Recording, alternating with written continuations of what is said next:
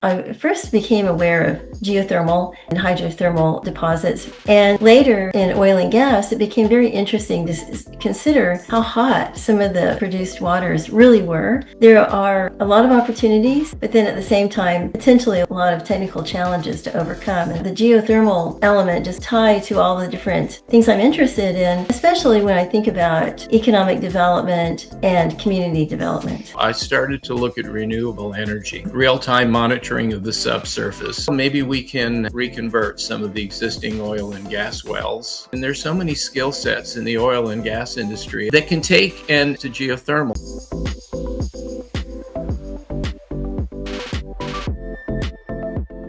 Welcome to Geothermal Unleashed, the podcast where we dive into the frontier of geothermal energy and its role in the global energy transition. I'm Elizabeth Cambre with the Valorec New Energies team, and I'm here to help spotlight the innovators, technologies, and stories that are driving geothermal forward. Today, we are going to talk about the next frontier of geothermal, which is retrofitting oil and gas wells to geothermal wells. Joining me today is Alan Cohen, who's the Technical Director with the Gulf Offshore Research Institute. And then also we've got Susan Nash, who is the Director of Innovation and Emerging Science and Technology at AAPG. I want to welcome you both to the show. And before we dive into questions, I would like for you to take a moment and introduce yourselves. Tell us a little bit about your background, your career, and how you came to be a part of the geothermal industry. And Susan, why don't you do the honors and start? Okay, thank you. Well, I have a blended background. So I started out as a geologist, and I graduated from the University of Oklahoma. And then I diversified and really focused a lot on economics and resource development, and then became extremely interested in technology transfer and knowledge transfer, and worked on in a lot of different areas in that. So I've brought it all together. And one of the things that I've found interesting as a geologist is I first became aware of geothermal in doing mining and in hydrothermal deposits, primarily Nevada, and some. But then later in oil and gas, it became very interesting to consider how hot some of the produced waters really were, and just like, could we do something with that? And there are a lot of opportunities, but then at the same time, potentially a lot of technical challenges to overcome. And so that the geothermal element just seems to like tie to all the different things I'm interested in, especially when I think about economic development and community development. Love that. Thank you, Susan. And Thank Alan. you. First of all, thank you very much, Elizabeth, for inviting me to be here. This is a really good series, and I'm very passionate about geothermal, and it's a pleasure to be here with my friend Susan Nash. We've done a lot of meetings together over the years. Thank you. So I come originally from the oil industry. Before that, I like to tell people that I was a failed chemist because I took all the chemistry courses in the world as an undergraduate and got really high marks, but either my hands-on skills or bad luck, I broke things in the lab. So when I got to graduate school, I became a PhD physicist.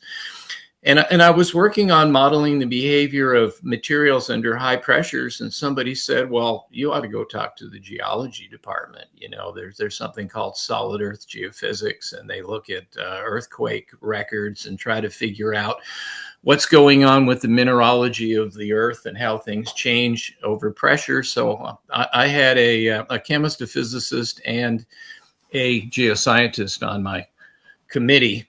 I was hired by Shell as a research physicist and eventually morphed into the chief geophysicist for North and South America. And I worked for the United States government, both at the Department of Energy and NSF, and in administrative and adjunct professor roles in academia. And probably about 6-7 years ago, I started to look at renewable energy, real-time monitoring of the subsurface. So that ties into enhanced geothermal systems and carbon storage. But I became very interested, and we'll go through this in more detail when the time allows. I was working for a company called Petrolair, now called Tavera, and they were getting into geothermal. And I thought, well, maybe we can reconvert some of the existing oil and gas wells. And also, like Susan, I look at the whole range of innovation, which means I look at workforce and economic development, and there's so many skill sets in the oil and gas industry at all sorts of levels, from blue collar workers all the way up to PhDs, that can take and mature their skill sets from oil and gas to geothermal. So that's how I got interested in it. Awesome. I had no idea that PetroLearn is now Tavera. It is. Very interesting. Okay, I just learned that. All right, I well, don't know why, but they changed their name when I left. sometimes you have to rebrand. Okay, let's turn now to the topic that we're going to discuss today. I'm very excited for this topic. And Alan, I'm going to have you kick us off this morning. And let's talk first about how you've spent quite a bit of time looking at reusing oil and gas wells for geothermal wells. What initially drew you to this in this part of the geothermal space? Yeah, so I'll talk from the point of view of an explorationist, because I was one in oil and gas exploration and development, and then geothermal. When I was at Tavera, the first project that we did, PetroLearn, was a play fairway analysis in the southeast of the United States. And that was of interest to Southern Company, which is the second largest utility in the U.S. in terms of customer base. And so when you get into a new area, you look at basins, then you look at plays, then you look at prospects, and then you look at wells, and then you look at projects. And we happen to be in a very prolific area for oil and gas production, and some of the wells were getting kind of old. And the other thing I like to do in my spare time is techno-economics and financials. So I did that a lot for Tavera, and we started looking at situations in which we could reduce the capital expenditure. You've only got two major dials. It's either the power plant or it's the well, the drilling, the recompletion, and so on. And if you don't have to spend the CapEx to drill new wells, and if you pick the right wells, then we thought that that might be a very interesting thing to do. And we started to write about it. And that's what got me into reuse of wells, picking the right wells under the right conditions and with the right economics. Well, let's dive a little bit into this. What is the right well? Okay.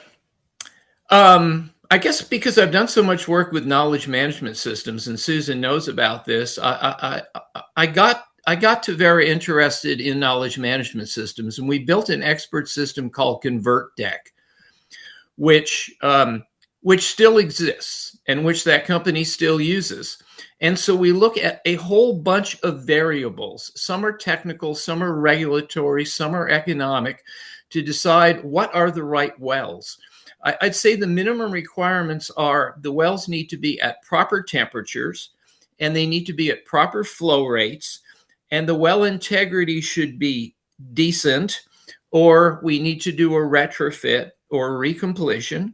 We also realize that the oil and gas wells were drilled for reservoirs, and sometimes we're interested in aquifers, so we need to look up and down the borehole of a well that we've drilled and maybe not go back into the same reservoir unit, but go into the adjacent aquifers that bound that reservoir.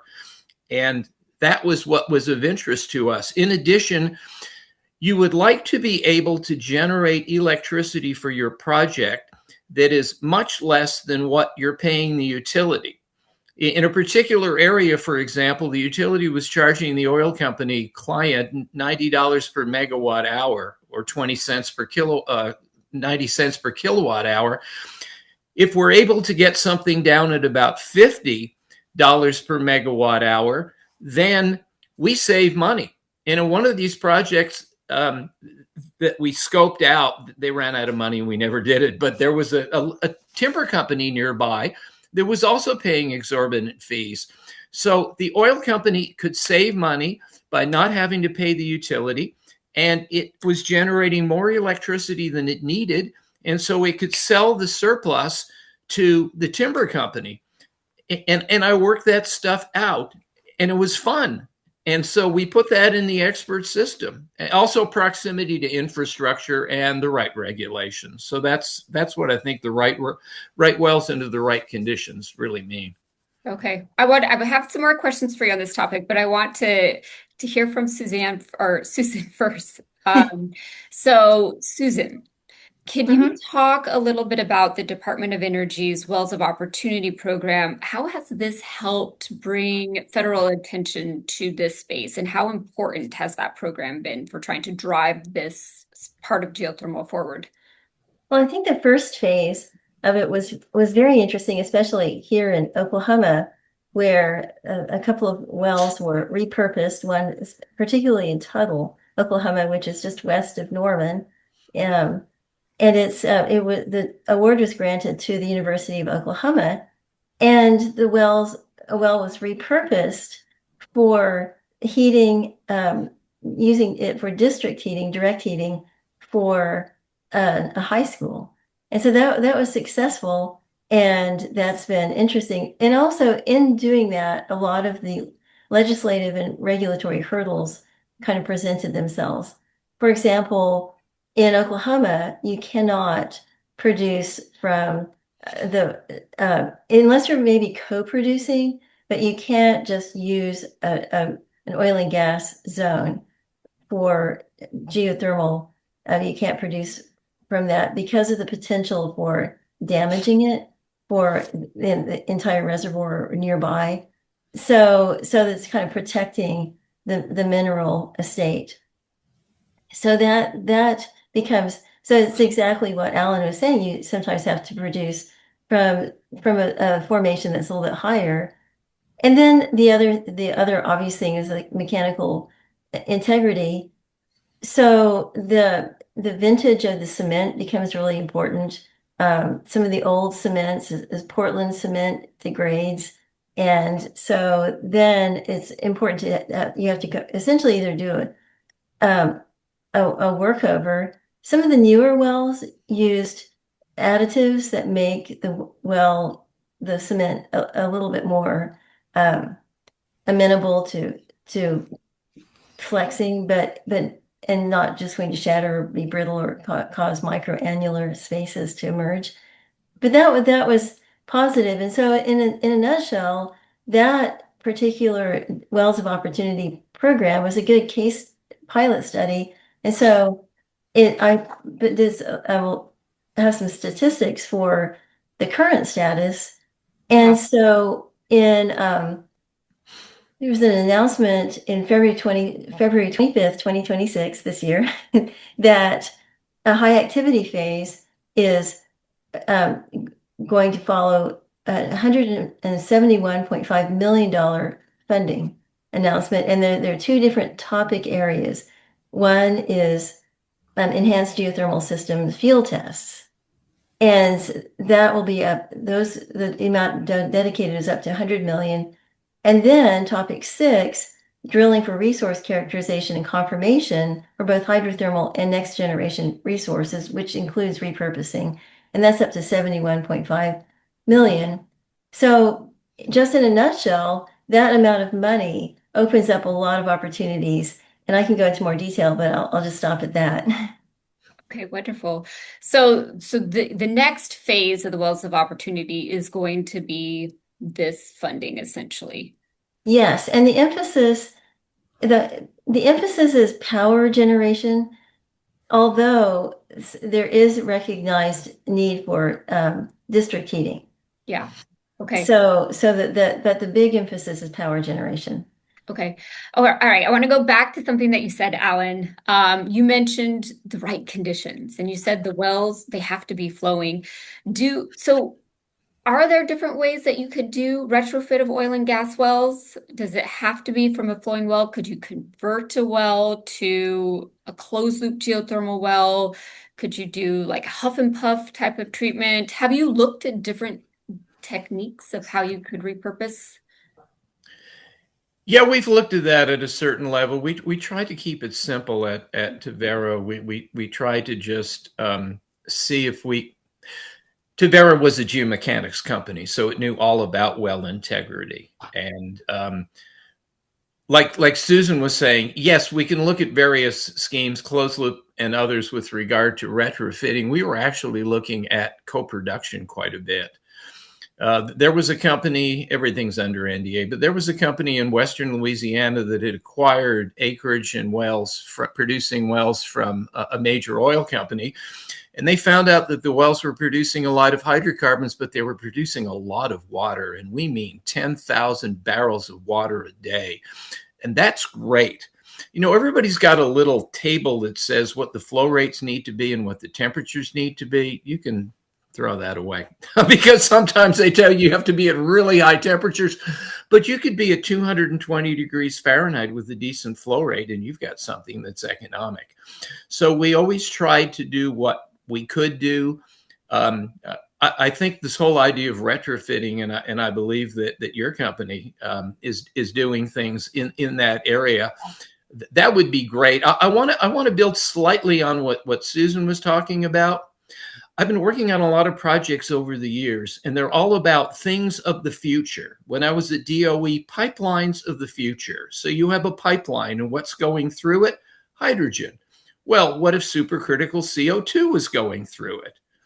And so what about wells? What about batteries of the future? Wouldn't you like to design a battery so that at the end of the lifetime, you can recycle some of the lithium and other materials? But you do that with the end in mind. You build that in the process up front. I guess what we're thinking about, or many people, and possibly Susan is thinking about with regard to wells, is what if we designed oil and gas wells so that they would have a very good future years out? And that would get you already set up to be able to do that. So in my spare time, I've been thinking about that stuff.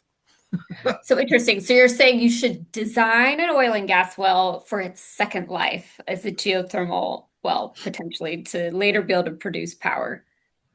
Yeah, please keep in mind that if you are having to plug and abandon an oil and gas well, not one of these orphan things, that you could pay onshore. We'll talk about offshore later, perhaps, with you, but onshore, $200,000. But what if you didn't have to plug and abandon? You know, the life cycle goes explore, appraise, develop, produce, survey, abandon, but you could push that abandonment phase out and put a clean energy piece in there, whether it's geothermal, whether it's microbial generated hydrogen, and you could then defer your abandonment cost to pennies on the dollar and save $10 to $20 per megawatt hour. It's a business.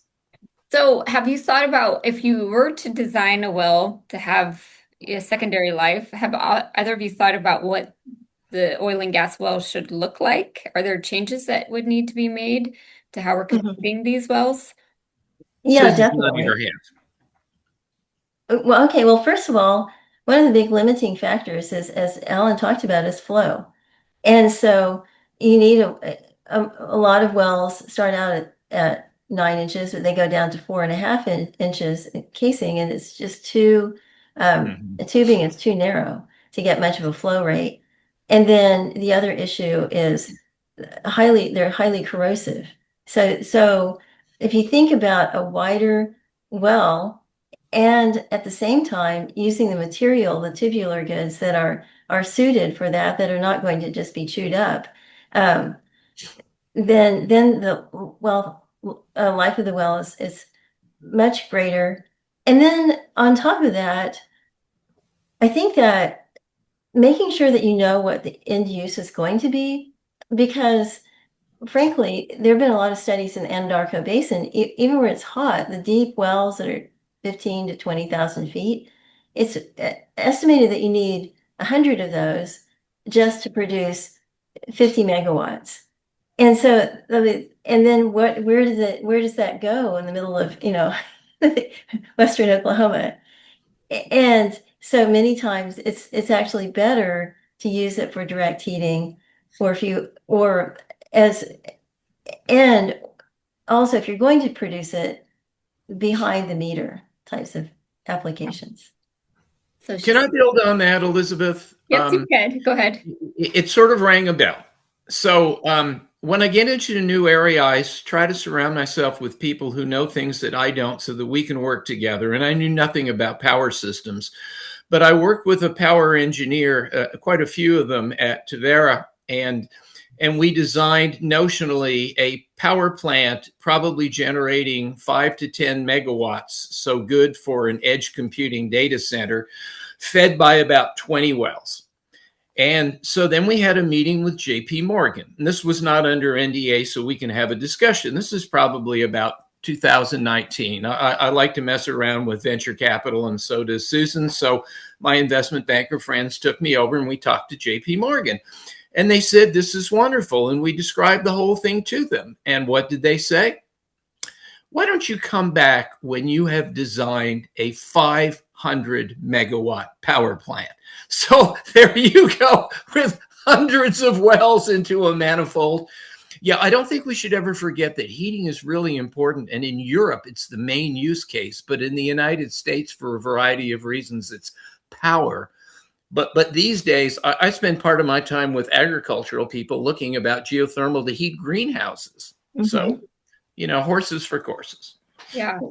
Well, I'm glad you mentioned that, because I was looking at the 4 recent awardees for repurposing, and mm-hmm. one is Geothermics in Austin, and essentially they are using their purpose. They were awarded $2.5 million from the DOE, and the idea is to use the waste heat from the Austin chalk production, water production, to generate electricity.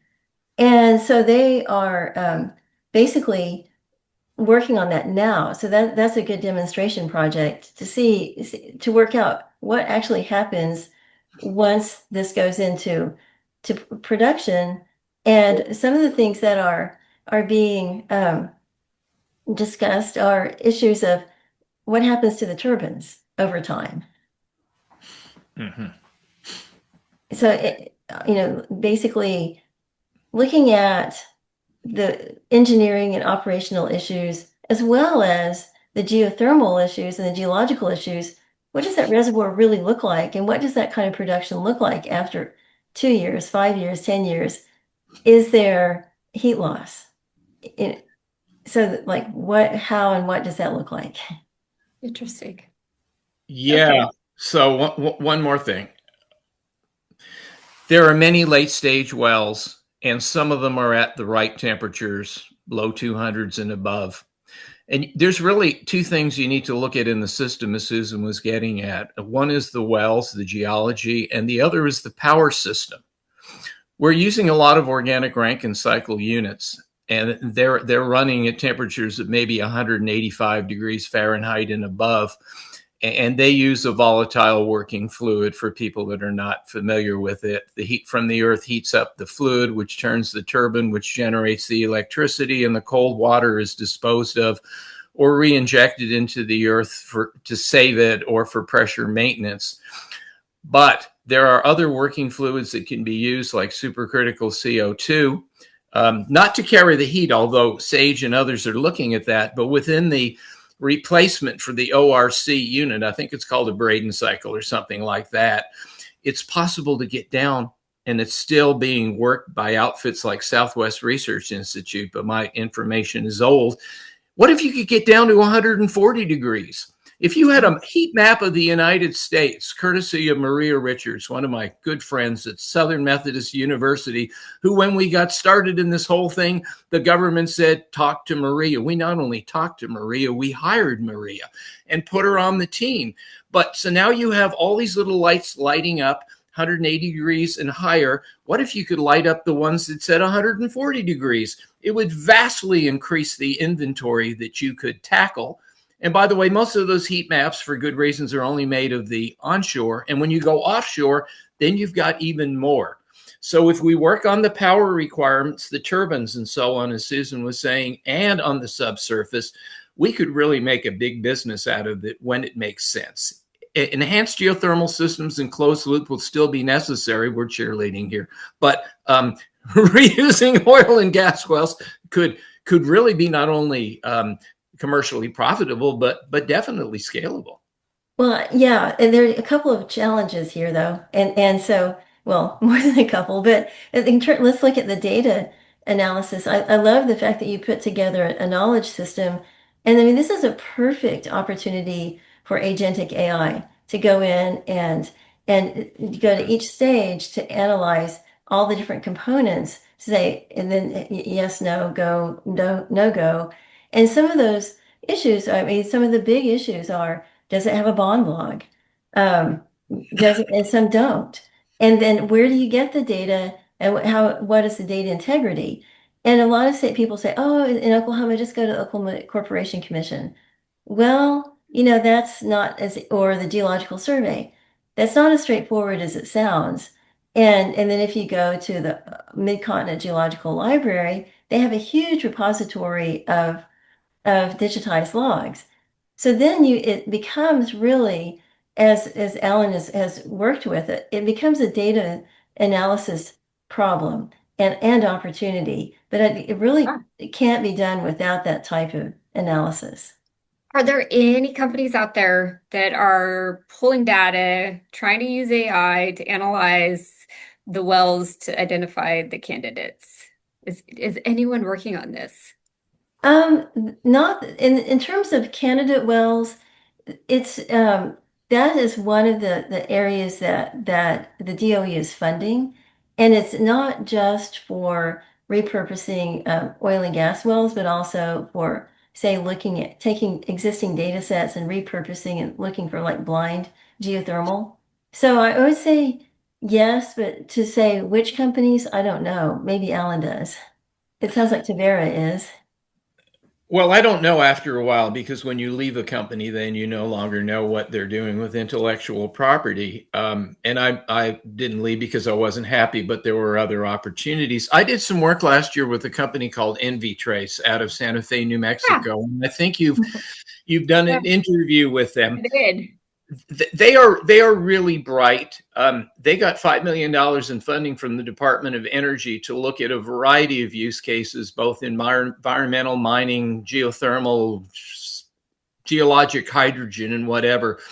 And they use maybe I don't know all the flavors of AI these days, agentic and so on, but it's science informed or physics informed, so that it's not just data driven, but it's tied to the differential equations that look at the heat flow in the earth and so on. And as long as there's a differential equation, sorry to get a bit mathematical, then you can basically do this science informed stuff.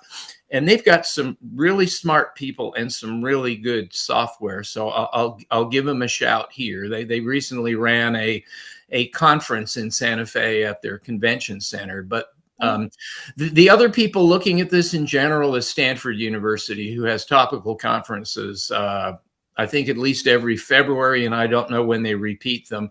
But those are some of the smart people looking at this. Oil companies often don't tell you what it is that they're doing, having worked at Shell, Ecopetrol, and so on. But these are good questions, Elizabeth. Yeah. Well, I think also was Oklahoma has passed a bill that allows companies to repurpose oil and gas, encourages companies to be able to prolong the sort of like non-production phase with the idea of turning it into a geothermal well. Now, there are a lot of issues in terms of liability, who ultimately has liability for what was done in the past, but there's a lot of optimism with that. And then I found, okay, so when I was doing a little bit of research, this was news to me. Pennsylvania received $14 million for an EGS demonstration project in April 2026. And so they have this concept of a well conversion permit. And their ideas of like bridging, so like doing an analysis of like suitability study for candidates. So then they'd have a well conversion permit so that somebody can do that heavy lifting to But help. you said EGS, but this is essentially retrofitting an old unconventional oil and gas well to a geothermal well. Well, okay. So that's a good question. I'm not sure. So, and then Pennsylvania is doing something. So It's the Utica Shale. it is, yes. There's different, okay, for the audience purpose, not for the people here, the moderator and the panel.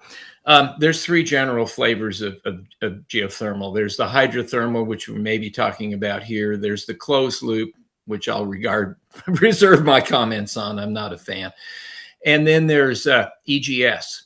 Mm-hmm. And so EGS, they're doing it in volcanic belts, and now they're doing it they will be doing it with the 15 million or whatever that was from DOE and the Utica Shale. Yes. I find that when I look at heat maps and flow rates and so on, that often it's the conventional plays. So maybe it's in Oklahoma, but I'm not an Oklahoma expert. But my first field trip ever was in Ardmore, Oklahoma, being courtesy of Shell. But you look along the Gulf Coast in Texas and Louisiana, you find that in some of the shale plays, but not all, that the temperatures are not so hot, not so great for the geothermal. And you have your own other situations about well integrity and what's helping, what's happening along the well path, and integrity issues and things like that. But there are many plays that people lost interest in a long time ago, and the wells are getting to be fairly late stage, that are not these fancy looking unconventionals, that are actually good opportunities for well reuse and for retrofit. Yeah, that's very interesting. Okay, let's turn our attention to offshore. So Alan, you've got some exciting news that you can share with us. So you recently were awarded funding, and why don't I not steal your thunder? Why don't you tell us about that? 3 or 4 years ago, I was the director of innovation at the University of Louisiana, and some old ex-Shell people called up and said, could we speak? We're going to talk about fisheries and aquaculture, but if you want, we'll also talk about geothermal. And I said, come on by. A few years later, after I moved through the National Science Foundation and so on, these people called me up and said, hi, you're ex-Shell. We like ex-Shell people. We like everybody. But, you know some things that we don't, and vice versa. Would you like to work for us at the Gulf Offshore Research Institute? And they had someone called the technical director who did program management, so they called me research director. And so we were in a competition. We were one of 10 finalists. It's called Gulf Futures Challenge through the National Academy of Science, Engineering, and Medicine. And then we did our final presentations, and they said, we're going to pick 2 finalists and award those people $20 million, and everybody else will get cumulative about $1 million. Now, they took their time, and we were waiting to hear. And finally, they made an announcement on April the 23rd, and we are one of the 2 grand winners. The other one is in healthcare, Louisiana Public Health Institute, a great outfit, and we're looking for synergies. But it's not just the Gulf Offshore Research Institute. We have about 10 partners. We're covering the waterfront, so to speak, literally, from Texas through Louisiana into Mississippi and possibly beyond.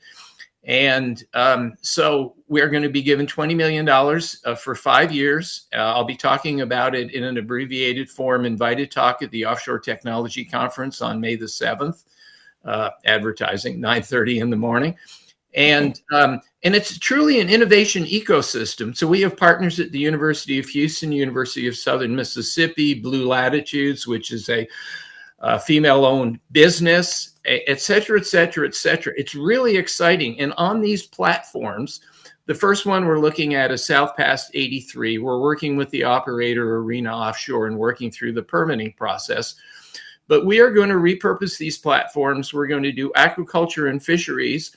But when we get to a platform, not this one because the wells are plugged, so maybe platform 2, 3, or 4, we're going to get those platforms before the wells are plugged, and we're going to do well repurposing. And what we're going to do in those wells, we're also going to do critical minerals, green hydrogen, and all that sort of stuff.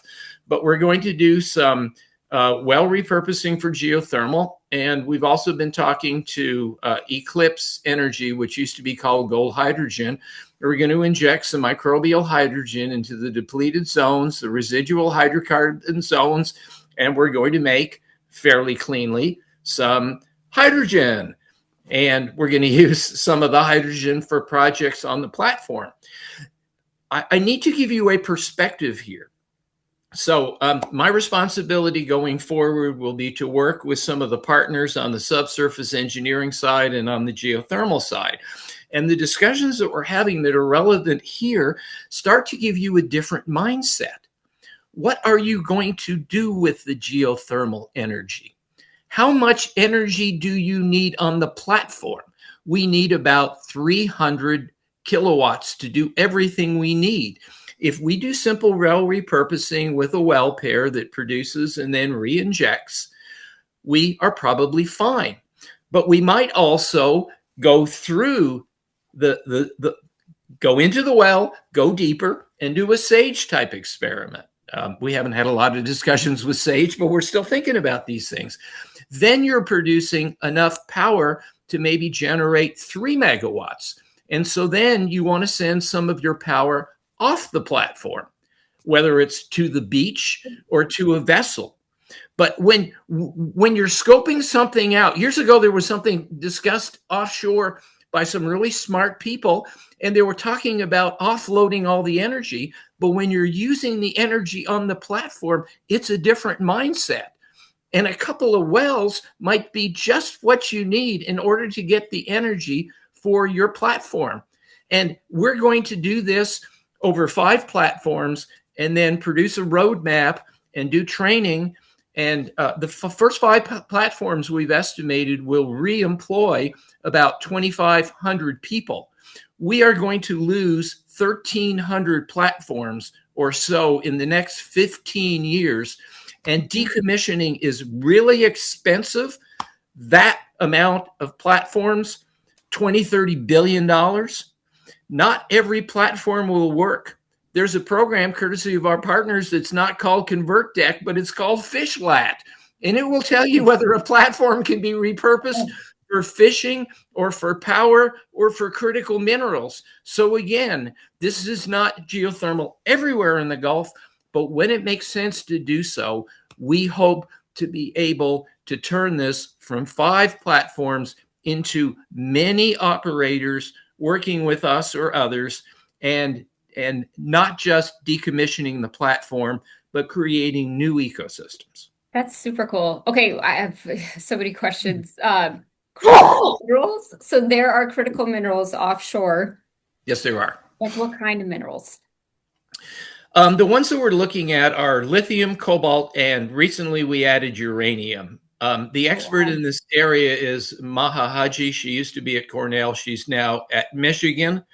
Okay. She's working on different techniques. This is where I can only give elevator speeches. It's either passive absorption or some electrochemical technique. She has estimated that if you move to other platforms, and you have as many as 50 of them or so, that in the Gulf of Mexico alone, from the recovery for cobalt, you could recover about 30% of what this nation needs for cobalt production. Just from wells that could have been abandoned offshore. Wow. And the seawater. So Yeah. it's not necessarily the produced water, although we should think about that. I'll ask my boss, but we're really looking at the seawater adjacent to the platform and maybe powering those experiments using the geothermal energy coming up from the heat through the organic Rankine cycle power plant and powering the critical minerals. Yeah. Okay, let's say you produced too much geothermal energy on a platform. Is there any way to get the energy off of the platform, or are they connected? Yes, there is, and a lot of people have looked at that. Yeah. You know, with insulated energy transportation and so on. The other thing you can do, so I'm going off the script if you guys are listening to me at Gory, but I think we've had some side conversations about maybe some offshore data centers and sending that energy into the offshore data center. They're doing that a lot these days, but proximal to the shore in Japan. So well, I think, and I've heard of things, yes, and also in India. I mean, because of that, the built-in cooling with the ocean. But the downside is the impact on the ecosystem.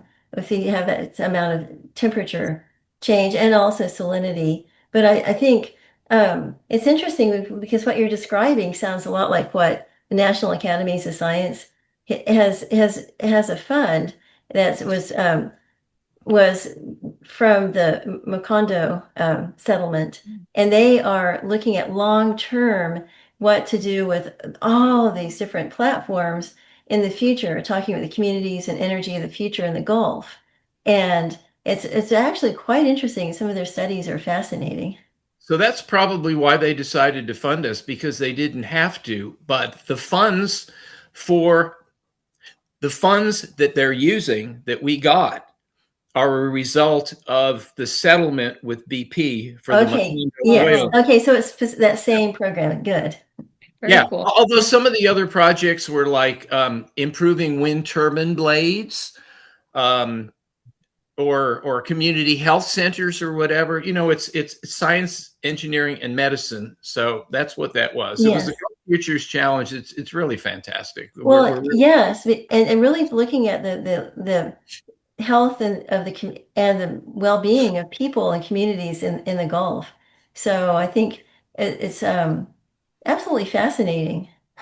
Yeah, I think it's very interesting.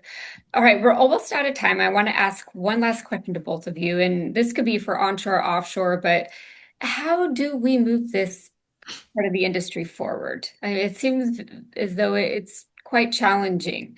Does it rely on the funds from programs like the Wells of Opportunity, or do we need oil and gas producers to start really looking at this? How does this industry get to move forward?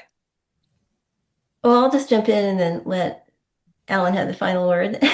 I think that the House Bill 3173 in Oklahoma, it could be a good test case to see how you keep wells from going into orphan state, that you avoid problems and really think about, and by using analytics and using um, different measurements and metrics, target candidate wells, but then start looking at an array of uses and use cases and tailor them to the specific infrastructure, the grid, the location, the infrastructure, the community needs, or oil field energy needs. Then I think that we can take an integrative approach. We can also start looking at co-production as well. Yes. And I think that, and just the idea that we talked about earlier of thinking ahead. Whenever there's a capital expense, think ahead, not just, oh, let's band-aid this, let's change the pump size or whatever. Let's think about the actual functions and uses. So then we make the right decisions in terms of tubular goods, in terms of compressors, et cetera. Love it. I think on the technical side, we've talked about the well, and I think retrofitting and some of the technologies your company is coming up with, Elizabeth, really help. I think on the commercial side, it's a business. We're protective of the environment, but it's a business. The current administration is really focused on energy dominance, and with all the unfortunate things happening around the world, it's a very good focus. The energy transition to me is not just renewable, it's fossil and renewable in the right proportions. The thing that concerns me that I have less control over is regulatory. If I'm talking to people in Louisiana, the regulations are not necessarily the same as in Texas or the same in Oklahoma in terms of who owns the geothermal rights. Is it the mineral rights owner or the surface rights owner? Now, not to say that everything is solved, but when you go offshore and you're out of state waters, you are dealing with the Bureau of Ocean Energy Management and with Bessie that does the safety and environmental. And so I thought you might ask me about that. So I have my OTC paper, and I'm just going to read a little thing here where we list all the risks. It's not necessarily the risk for geothermal from old wells. It's the risk and mitigation pathways for repurposing these platforms. So the categories are regulatory risk, operator buy-in, technical feasibility of next generation technology, execution and implementation risk, and then broader risks, geopolitical. But under regulatory approval, it says most critical risks. Under previous administrations, AURUE and aquaculture permits advanced slowly, but the current regulatory climate is more favorable and open to innovative, environmentally beneficial offshore uses. President Trump's executive orders on seafood competitive, critical minerals, geothermal, and permit streamlining suggest fewer delays, and over 600 offshore platforms have not necessarily been converted to clean energy, but they've already been turned into artificial reefs under existing programs. So there is a precedent. I would rather deal with one group of people who are making decisions across a very large opportunity than have to deal with Oklahoma, Texas, Pennsylvania, Louisiana, and so on. And I think if we get that down, and if people like the ones here continue to work with the government, the national labs, with industry, with academia, we can really win, and we can really make this scalable and commercial. I love it. Well, Yeah. I want to thank you both for joining me today, and I want to thank our listeners for joining us and hearing from both Alan and Susan. And I hope today's conversation has sparked new ideas about the future of geothermal energy. As we continue to navigate the energy transition, it's clear that geothermal has a powerful role to play, one that's only just beginning to be fully realized. Until next time, keep challenging assumptions, exploring new frontiers, and working together to unlock the full potential of geothermal energy. Thank you.